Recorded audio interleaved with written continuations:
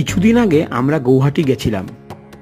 ওখানে কামাখ্যা মন্দির দর্শন করে আমরা বিকেলে চলে গিয়েছিলাম উমানন্দ মন্দিরে। উমানন্দ মন্দির ব্রহ্মপুত্রের ওপর একটি দ্বীপের ওপর অবস্থিত। এখানে আপনারা চাইলে রোপওয়েতে চড়ে নিচে ব্রহ্মপুত্রের সৌন্দর্য উপভোগ করতে পারেন। মাথা পিছু 40 টাকা দিয়ে লঞ্চে করে আপনারা এই মন্দিরে আসতে পারবেন। 40 টাকার মধ্যে যাতায়াত দুটোই ধরা থাকে।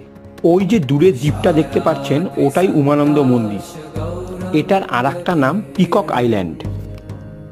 নদীর মাঝে দ্বীপটা এতটাই উঁচু যে ব্রহ্মপুত্রে যতই জল বাড়ুক না কেন এখানে কখনোই জল ওঠে না।